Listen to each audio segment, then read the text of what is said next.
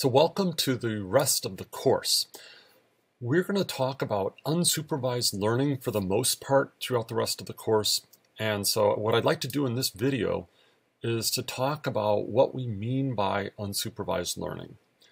So with unsupervised learning, we're going to start with an n by p matrix that we'll mostly call X. When we get to the recommender system part of this course, we're going to call it R. But for clustering and PCA, we're going to call it X. And our goal is to find some interesting patterns or features in X.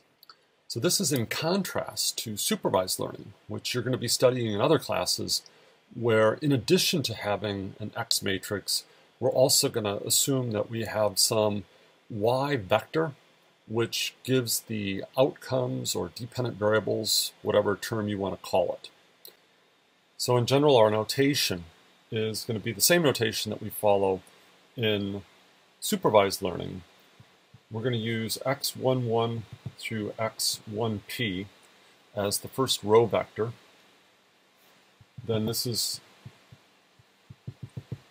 have x1 through xn. Another thing that I'll be doing in this class is I will refer to x1 as a vector through xn as a vector.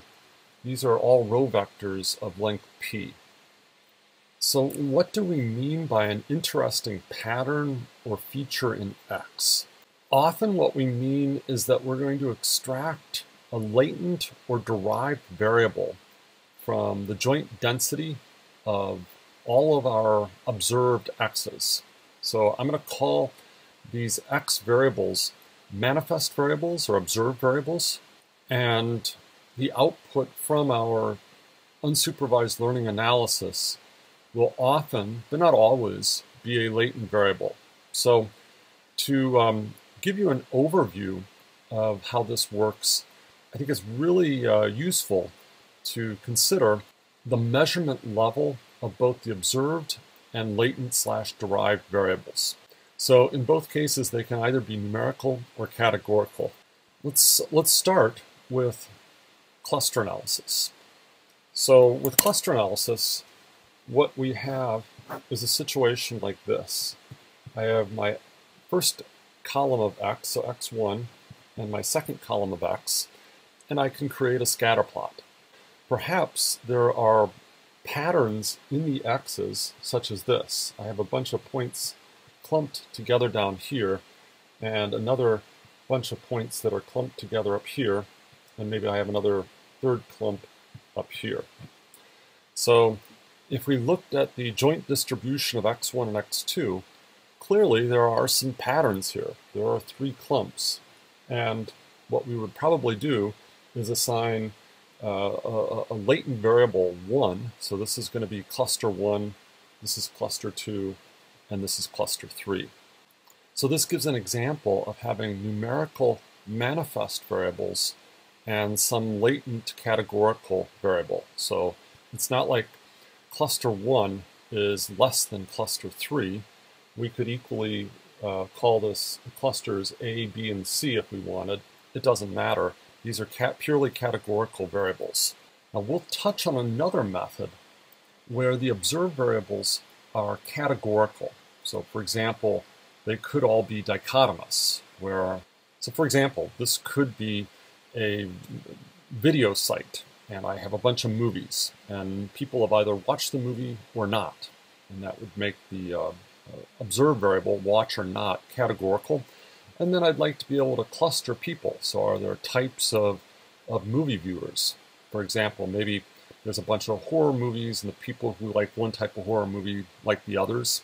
There would be a cluster of horror movie lovers versus someone who likes science fiction or romantic comedies. So the latent class analysis method can be used in that situation. There's another more general class of models that subsume both of these called finite mixture models, where you can have a mixture of both numerical and categorical variables and extract categorical types. So maybe I have some numerical variables like your attitudes towards different aspects of a product. Maybe I also have some categorical variables. And if I wanted to throw all those in at once and find discrete types, then I'd use one of these more general finite mixture models. So we're going to spend the next 3 weeks talking about categorical derived variable models. The last 2 weeks of the class, we're going to talk about this bottom quadrant where we have numerical observed variables as well as a numerical derived variable. So to give you an example of this, sometimes we'll observe a scatter plot that looks something like this.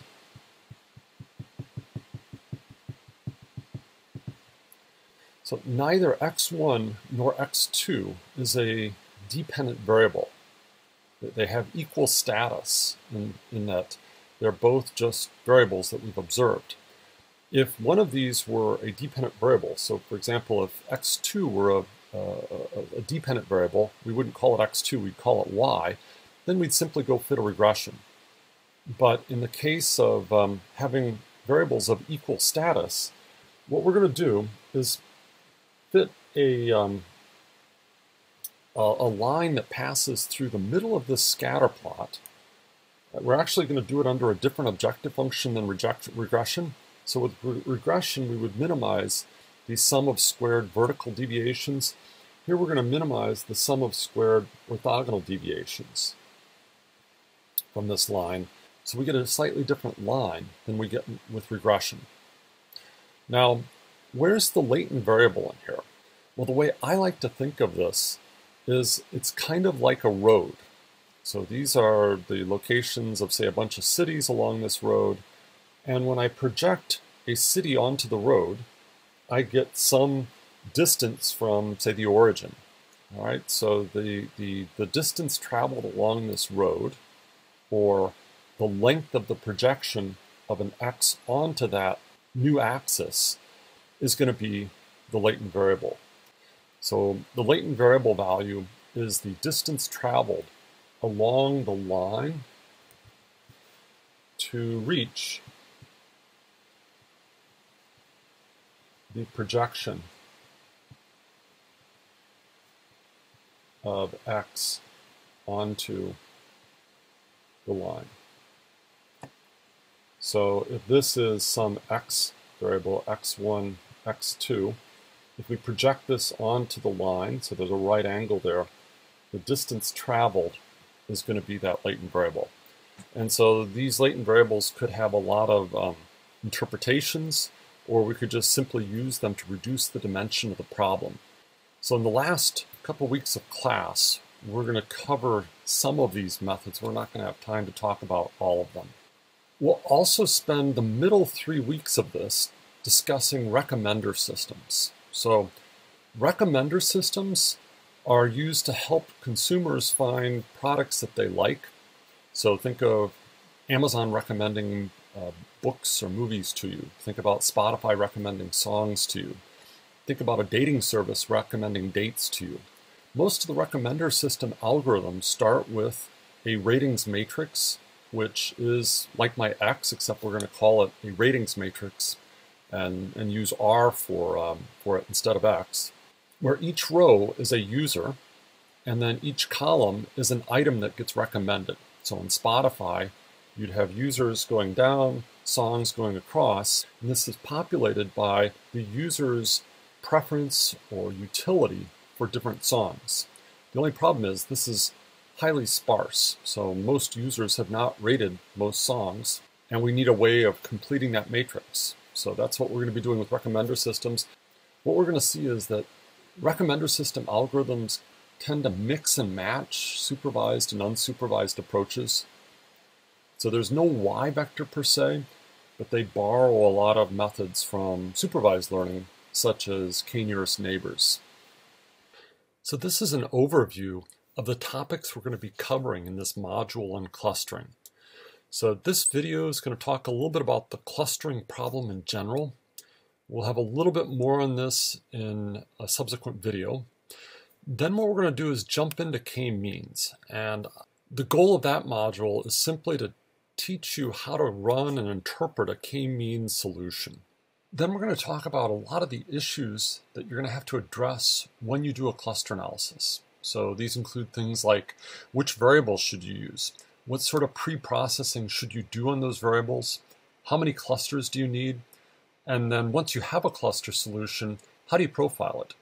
Next, I'm going to have a whole video that shows us how to break K-means. I think it's really important whenever you use a method to understand how to break it. K-means has its share of limitations, which is why we have clustering methods other than K-means. And so it's really important to understand what sorts of features in the data don't lend themselves to K-means, and therefore you need to reach for another method. So having understood that, we're going to go on and talk about some other methods. There are literally dozens of clustering methods that have been proposed. We're not going to be able to talk about all of them in this, but I'd like to give you a sampling of the different approaches that have been proposed. So we're going to start out with a detailed treatment of finite mixture models, especially Gaussian mixtures and latent class analysis. I see finite mixture models as a precursor to some of the most important text mining methods out there, like latent Dirichlet allocation. So if you understand latent class analysis and Gaussian mixtures, it's an easier step to understand LDA. Finally, we'll talk about clustering analysis and distance metrics. So this first module is going to be on cluster analysis. So what is cluster analysis? One definition of cluster analysis is that it's going to find natural groupings of subjects or users or rows, whatever you want to call them, based on one or more measurements. So those would be the columns in my X matrix. And there is no dependent variable. So this is an unsupervised method. So what do we mean by a natural grouping? Well, one way to think about a natural grouping is a group of observations that are homogeneous within and heterogeneous across. So it's a really important expression to remember. So within a cluster, I want the values to be homogeneous, but across the clusters, I want them to be heterogeneous. If we go over to the document camera, that's exactly what we have here. Everybody in cluster A has fairly large values of x2 and fairly moderate values of x1, and in that sense they're homogeneous. Likewise, the people in cluster B and cluster C are homogeneous, but we have heterogeneous across the clusters. These three clusters have very different types of x1, x2 pairs. So I've put up a couple scatter plots. Let's say I measure one variable like age. If this is a histogram of the population, we can say there are clearly two natural groupings in this histogram. It looks like we have young people and old people. And so this would be fairly easy to see. The next histogram is a little bit more complicated in that I think there are three clear clusters and maybe a fourth, depending on whether you want to count this smaller group as a distinct group or whether you want to count this as being part of one of the neighboring clusters. And so it's not always easy to tell how many natural groups there are. We go down to the bottom left. Here we have one natural group, but if we ask cluster analysis to find more than one natural group, it would. So it would probably draw a line about here because all of the observations out in the tail are somewhat homogeneous. The group in the tail is different than the group in this first part of the distribution. Likewise, with this fourth distribution, there really are no natural groups here, but if I told cluster analysis to find two groups, it would divide it about here. If I said go find three natural groups, it would do that as well, even though there are no well-defined distinct modes in this case. The next slide is taken from the Python help page, and I really love this picture. So across the top, we have different clustering algorithms, and in the different rows, we have different scatter plots. Each of these algorithms have been run on each of these data sets, and the coloring shows the groups that were uncovered by the different clustering algorithms. The point that this picture makes is that there is no perfect clustering algorithm. So depending on what you mean by a natural grouping, you will end up with different natural groupings. Let's go down and start with the second one from the bottom. So the second one from the bottom is a lot like the picture that I drew over here on my page.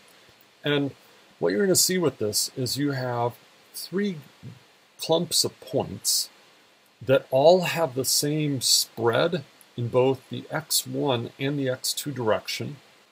The spread is roughly the same in this direction as vertical in all three cases. And the spread within those clusters is the same across the three clusters.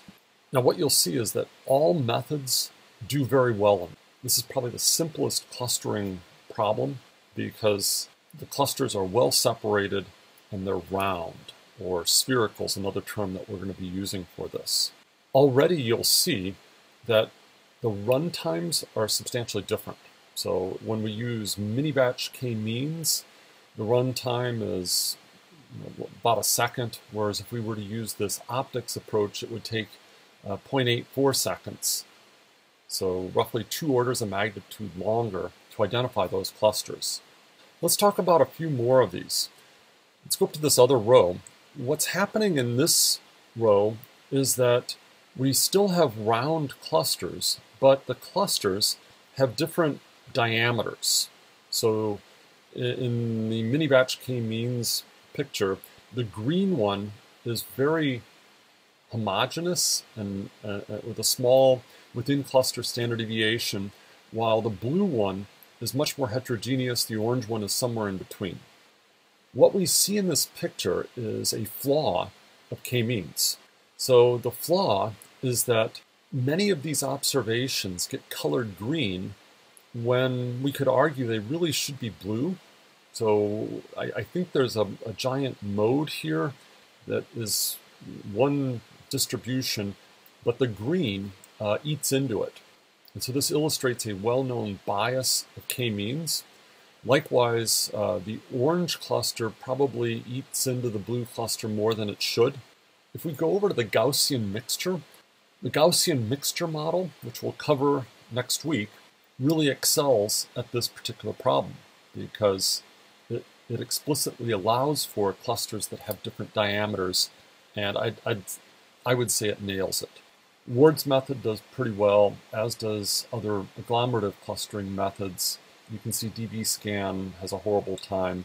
Optics is not doing that well either. Let's take a look at another problem that is even harder for K-means, and it's the situation where you have within cluster correlations. So within this cluster, there's a correlation between x1 and x2, likewise with the other two. You're going to see that K-means has a horrible time with this. So these should be 3 distinct colors, as they are with Gaussian mixtures. K-means completely botches it. And you can see that a lot of the agglomerative methods, so Ward's methods, also have problems. dbScan does quite well. So is Gaussian mixtures always the best method? Of course not. Let's go look at the top 2 rows, which I think of as being a little more pathological. I don't see a lot of data sets like this in practice, where the observations are not clumps, but they're things like rings or arcs. What we see is that Gaussian mixtures struggles with this. They don't find the rings. K-means really has a hard time with this. But some of these old-fashioned hierarchical methods, like Ward's method and agglomerative clustering, do quite well, as do these others. One situation where this might come up could be something like I have a picture of galaxies, and I want to identify galaxies which might have different shapes other than spherical clusters. Finally, let's look at the bottom. This bottom one is kind of analogous to this picture in one dimension, where I have a uniform distribution. And what we see is that different clustering methods will find very different natural groupings of the data.